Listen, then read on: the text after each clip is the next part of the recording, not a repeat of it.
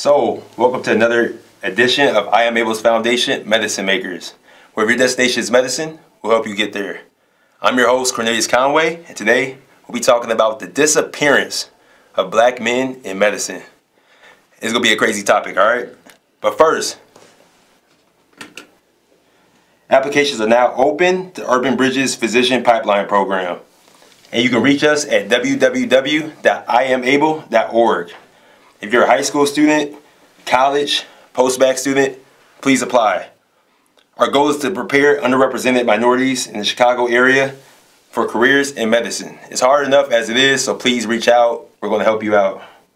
Remember, you can find us live on CanTV 21 or 99, or you can stream us live at cantv.org/hotline. We invite you to please share our live streaming link on Facebook, Twitter, and also Instagram. It's going to be a hot topic, so you might not be able to take any questions today. But if you have any questions, you can always email us at info@iamable.org. And our contact info is all there, so you'll reach one of us, all right? But we're excited to welcome to our studio Kevin Stonewall and Sosa Ayewayogene. That was close enough. Both first-year medical students at Loyola Stritch Medical School. So we're very happy to have you guys here. Thank you, bro. Happy to be here. For sure, for sure. So we're gonna hop right into it today, and let's get to some stats before we start. So in 1978, there were 542 black men across the United States enrolled in medical school. While 26 years later, in 2014, there were only 515 enrolled. That's a drastic change for such a small number, right? But in the United States alone, black men make up 3% of the medical school demographics, although we're 15% as black people in total of the population. So, my question for you guys, in the field of medicine, which has so few black males, what sparked your interest to become a physician? And either of you guys can answer that. Right. So I mean, just to start off, I think that my genuine interest in science was the steering of me wanting to do medicine. But as I'm now reflecting, actually my pediatrician was black. Actually he was Nigerian too, but Dr. Anamika. And as a kid, you don't I guess when I decided I want to be a doctor, now I'm thinking about it, it was probably possible because whenever I think of a doctor, I always thought about Dr. Anamika. And I always oh yeah, I want to be like Dr. Anamika. Now as I'm reflecting, it's crazy when you think, wow, that really does make a difference. But I think for me at least, my introduction, why I wanted to do medicine, I love science. I love wanting to actually, provide service for people. But it was just those combination in addition to just knowing you have family, you have friends who are commonly affected to it. And for me, it was that underlining that I seen that a lot of people didn't have the health literacy. So that's how I got into medicine. For sure. How about you, Sosa? Well, for me, at first, I wasn't really sure what I wanted to do with myself, leaving high school and starting off college. So I started off taking some science classes just because I had some love for science. And I thought potentially getting a PhD, going through a doctoral school was better for me. And then it's interesting that you just mentioned these stats because that's really what fueled my interest in medicine, just because I feel mentorship is the #1 reason why there aren't a lot of black men in medicine. So I wanted to be that person that would be able to inspire other people to be able to do what they think or they didn't think that they could do. So I wanted to be that a role model to be able to just inspire people and having someone to look up to. A lot of people don't go into medicine because they don't see black folks in medicine.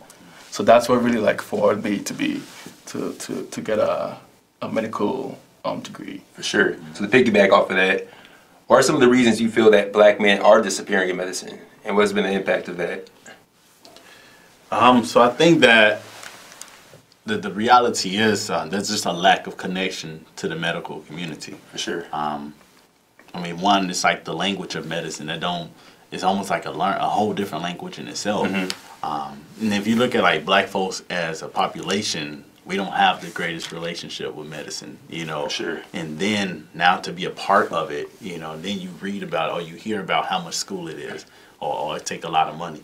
So for sometimes if you don't have money to begin with, you don't want to take out a whole bunch of loans to you know, it just doesn't make sense because that's not a priority. But let's say if you have a pretty decent background, like you understand the value of like long-term investment. And I mean, that's kind of like some backfiring thing we have to kind of do through back processing to kind of like let them know like the investment, it will pay off sometime. For sure. But I also do think that there's just, again, a lack of representation. Because if you can't imagine yourself doing something if you actually don't see somebody else. Right, you know? That's true. But that's for the most part. I mean, so many things, but I can start from there. But I'll let Sosa continue. Yeah, like, especially like what you just said, lack of substantial representation. Also, again, mentorship. And I feel like for the most part, the elementary school education has or is still failing the system, like failing us, just because. For example, there's a couple of stats that says like a black person is 4 times as likely to get suspended in school, and teachers set these lower standards for black folks, and that in the long run can have some heavy psychological and mental ramifications on us. So just having that, you know, that at the back of your mind, having to realize like a lot of people don't think you can be great in life would just like lead to this like domino effect that would make you want to even think about higher education. For sure. You know, so that's really, and again, financial problems, as Kevin has said. You know, the process of applying to medical school is expensive, Right. and the time it's hella long. Right. So you know, when people even see that, you're like, oh shoot, that's not for me. Delayed gratification, right? Exactly. I'm not gonna do that. I'm Right. gonna go into sports. I'm gonna go into rap or music. You know, Accounting, engineering. you know, Right. something like that. You Right, know, yeah. so yeah. All right. So the question is a lot of obstacles for black men in medicine, right? We named a few. What are some of the things we can change? How can we change that narrative for having more black men in medicine? Yeah, I think like, for example, things like this, for example. So there's somebody out there who's going to see that and now they're going to be like, oh, I can be a doctor. I think definitely now as we're moving forward into like a more digital world, Right. I think it's on us to actually take that accountability to actually put ourselves out there. Because again, we can go out in the community. I think that's what it all began. If you think about probably all of us, the reason why we all decided like, yo, medicine is what we want to do is because we've seen somebody or we interacted with somebody. Right. So I really think it's on us to actually go out there and spread the narrative ourselves because we can't have mainstream do it. Right. So why not we do it ourselves? For sure. Yeah, to speak on what Kevin had said, you cannot be who you do not see, right? So it's on us, like Kevin was saying, to be out there, to show people that they can do it. You know, I'm really big on mentorship, right? Yeah. So like, you know, if we can, you know, bridge this gap, you know, as medical students, like reach out to high school students, reach out to college students, and tell them, listen, we're here, you can do it. You know, that is going to change a lot of things. That's going to change their mentalities, you know, to actually apply themselves. Right. You know, For sure. and also scholarship too. Yeah. You know, just like, you know, having these pipeline programs, scholarship programs, mentorships, and like just being there. Right. Like Kevin was saying, also media representation. Everyone is on IG these days. Everyone's on Facebook. So like, if we put our black male doctors in those platforms, so like a lot of people can see us or see them doing this work, you're gonna inspire a lot of people. You're gonna inspire the next generation. Just to even add on like what you were saying, yesterday I was watching Steve Harvey and I seen on Facebook like these 3 black men doctors and they're basically talking about their journey and like they created a foundation. And I'm actually one of the doctors is here in Chicago. But I thought even for me, I even got inspired from seeing it. It made me reaffirm like, okay, I want to be a doctor. Right. I seen that, I connected with them. So For sure. yeah. Yeah, because you all grew up playing sports, wanting to be like, you know, Michael Jordan or whoever it is, right? So representation is serious. And what we were talking about earlier with the MCAT, right?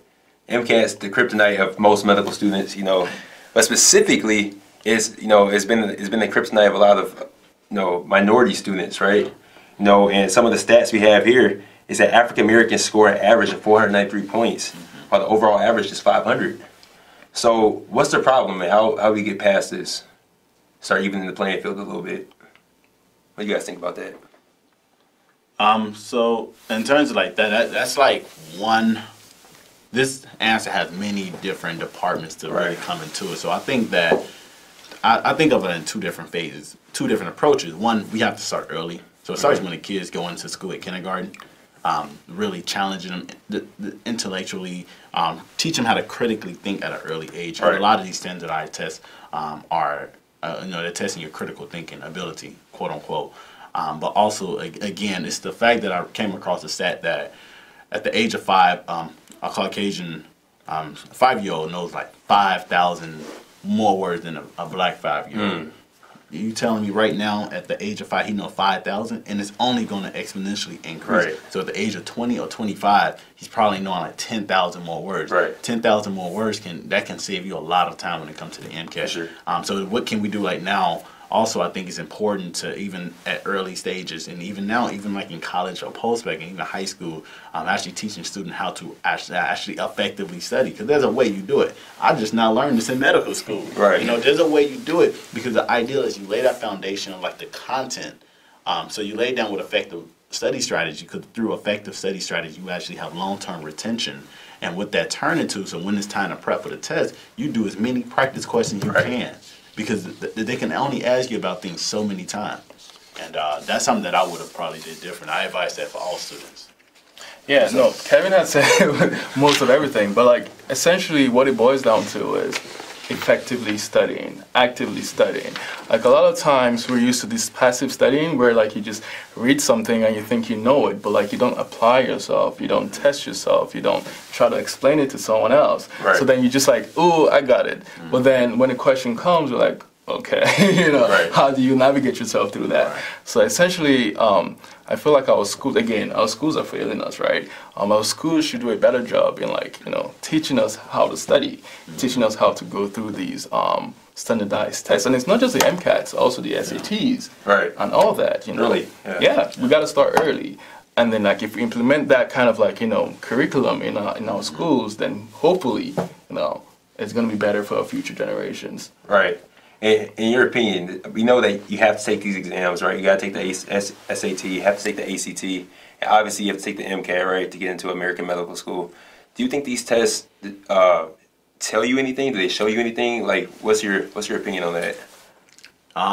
So a year ago you asked me, I probably would have told you no, they have nothing to do. So I don't think the MCAT dictates if you're going to be a good doctor. I think that really comes with, obviously the knowledge, but it also comes with the compassion that you bring. For sure. And the MCAT doesn't test that.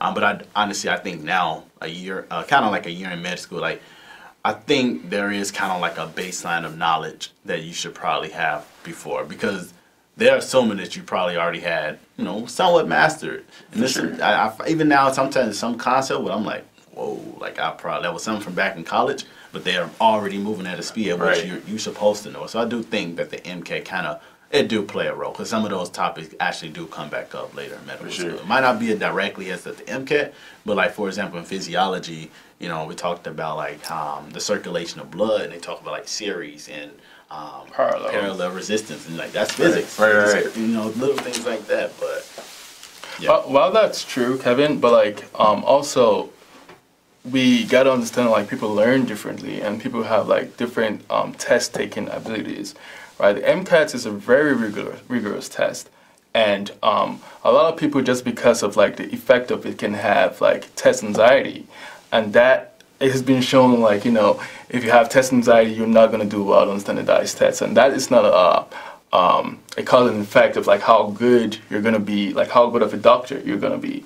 So essentially, the test, of course, test your stamina and like how you can handle stress, and like what you can, how you can basically like handle like a high stress environment.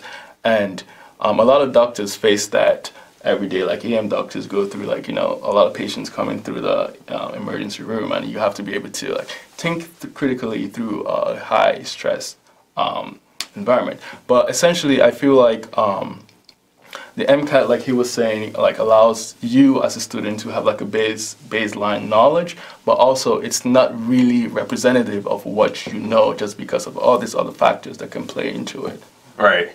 So for these standardized test scores, let's talk about the USMLE, right? What's the average amount of hours or time someone's spending on studying these tests?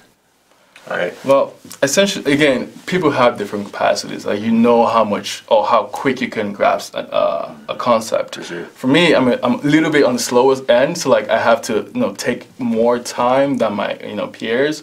So you just got to understand like how fast you can go or how quick you can grasp concepts and like adjust to it. Personally, it took me about 5 to 6 months to study for the MCATs, but on average, I advise 3 months. But for me, it took me about 5 months to do it. So it really depends on like your strengths. Right. Adding on to it, yeah, in terms of like the MCAT, I would always advise take as much time as you need. I think I actually ended up rushing it, just because they tell you 3 months or you need to get your application in by, you know, June 1st. You know, you've always trying to do things based on the standard. The standard, right. But in terms of like USMLE, like at first we don't know, but we look at the second year students and they're like, they own it. Right. If they're not doing questions for class, they're doing questions in like UWorld, like they're on it. So I think personally, from what I've been told, it really starts. I mean, it starts when you first enter med school because all this stuff is fundamental. But a lot of people start second year, the beginning at least. For sure. Do you feel like the black students that came before you have mentored you in your process in medical school, and you know, kind of been there as someone you can lean on? Yeah, Yeah. 100%. Like, Yeah, they do it. They do a good job. We actually just had like a meeting today with the SNMA in our chapter in our school, and there's this thing where we're paired with an M2. We're M1s. We're paired with an M2 student, and they just basically like show us the ropes and like try to like teach us how to study, because it's really different. Like, you know, the studying what you think is like perfect for like college is gonna be so different in medical school, and it changes for each class. For sure. Like we're studying anatomy, the contact in anatomy is so much different from physiology, so you gotta like switch it up. Right. And that's really what the mentorship program is. Like, you know, the M2 is gonna, you know, tell you like this is what you need to do, give you resources, give you some textbooks, and yeah. For sure. If you're speaking to a kid, he's 18 years old, he's a freshman in college, right? He has that dream of going to medical school one day, right? Will you tell him to major in the hard sciences, you know, biology, chemistry, possibly physics, which is a little bit, you know, out the way of biology and chemistry, or major in something you want and take those classes? Or you feel like you have an advantage of taking all hard science classes in your undergrad? What's your opinion on that? It's a really sensitive topic, Right. because I usually tell students, like, you know, do what you like. Right. Don't be forced into doing something like you might not like, and then your grades will suffer. Right. But if they're really, really passionate about medicine, I would advise them to, you know, probably major in the sciences, because honestly, it makes the work a lot easier. Sure. You know, the MCATs, 95, well, maybe 80% science-based. I learned from that. Right. In medical school, you're not going to be learning dance in medical school, right? It's mostly science. Exactly. So it just helps you to, I think it kind of like develops your critical thinking, For sure. especially the math classes, the chemistry classes, the biology classes. And in the long run, it's going to help you throughout your And of course, like, you know, go after whatever you feel is, you know, a passion. Don't go into a major if you're not gonna have a strong GPA. Because if you don't have a strong GPA, you already another step back. But I personally I'm a big advocate of laying that foundation early, and I just think that just a lot of these different things is not brand new, but it's new because it's like it's at a faster pace, but it's not nothing different than I've seen before. So it's just like, okay, well, you know, obviously we used to, you know, being in math and science, like you know how to start. When you learn some of physiology, you can just draw out a formula and start learning it based on the relationship of the equation. Right. And like you don't necessarily need to read like a 4,000 word paragraph when you can just have them make a formula. Yep. And just if you always working with that stuff all the time, then you kind of figure out a shortcut to learning. For sure. Those critical analysis skills, right? In hard sciences. For back to that undergrad, right? So we're speaking to that post-bac student. So we know you have to have good grades, right? A solid MCAT score, or some other things they should be doing to prepare themselves. Because a lot of these kids, they're kind of just going off a whim, right? Hearing what the next person is doing. But for someone that has already matriculated into med school, what do you guys recommend that they do besides, you know, that good MCAT score and the grades, which make up a big difference, right? I think that, again, even if you're a medical student, if you're a college or post-bac, I also think it's important to shadow. Because with that, you then develop a relationship with people in the field. Hopefully, you can come across somebody that might look like you. For sure. I mean, at the end of the day, it's about having somebody who you got to make yourself vulnerable. You know, you have to admit, like, medicine's a field where you will not know all the answers. And I think, like, honestly, outreaching.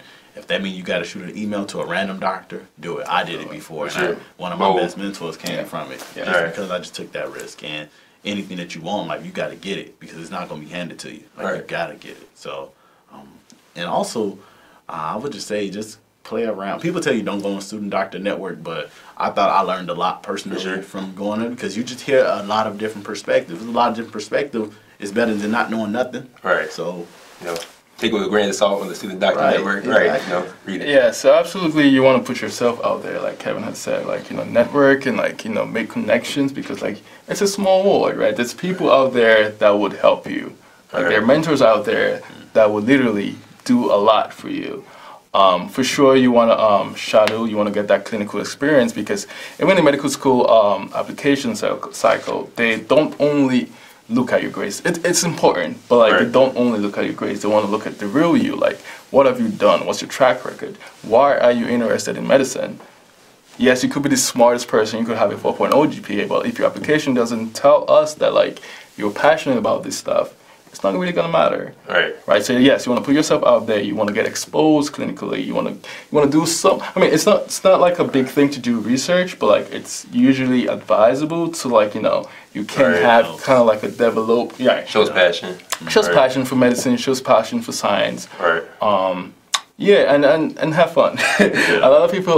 Yeah, the mental health is a big thing. You want to like, you know, balance your work with like something that you're really passionate about. and I would say, and I think the underlining within medicine, one, you have to make sure, are you comfortable being one of others? You know, medicine is still a field of service and education. So if those two align with your personal morale, then go for it. For sure. And you know, growing up, my mother is a physician. You know, so that was my main example of what a physician has to go through on a day-to-day basis. But you know, I also went out and I shadowed Dr. Richardson in Oak Park, Illinois. I shadowed Dr. Meeks, one of my mentors, and I think it's important also to make sure you're around doctors you can relate to, who are relatable. Yeah. You know, real. You know, these are very humble, very well-educated men. Some of the smartest men I ever came across. Super humble. You know, and that kind of made me. You know, I was already like, I never thought too much of myself in the first place, you know, but maybe like, man, like just always learning, you know. And I would say, you know, also, I haven't matriculated, but I feel that when you surround yourself with like-minded individuals, it always makes the process a little bit easier as well, you know, so for sure. But any last words you guys have to say for our crowd and our audience? Any advice you guys have for a student out there watching us? I would say just stay true to yourself, right? Medicine is a really, really difficult path, and you really gotta be passionate for medicine. You gotta put yourself out there, like we were saying earlier. You gotta be confident in your work. You gotta trust the process, and then just go for it. Just go for it. Just believe in yourself. You can do it if you're really passionate about it. If you work hard. There's nothing you cannot accomplish if you work hard. Hard work pays. Yeah, and like in addition to everything that Sosa said, don't be afraid to ask for help. Like, it's okay. Like, we all don't. I think sometimes the world will have us thinking that you're weak for asking for help. You don't. It's okay. And you know what? I'm comfortable with not knowing something because when I reach out for help, then I'm growing. And your journey is your journey. Don't worry about nobody else's journey. Be better than the day before, and you know, life will be good for you. For sure. I hope everyone found this segment very informational. And if you want to contact us, you can always contact us at info@iamabel.org. You can also contact us at www.iamabel.org, and it's ABEL, not ABLE, ABEL.org. Okay. And you can tune in every Tuesday at 6:30 p.m. Central Time, and we'll be here having a new segment every week, okay? So thank you for tuning in, and we look forward to the next time we meet.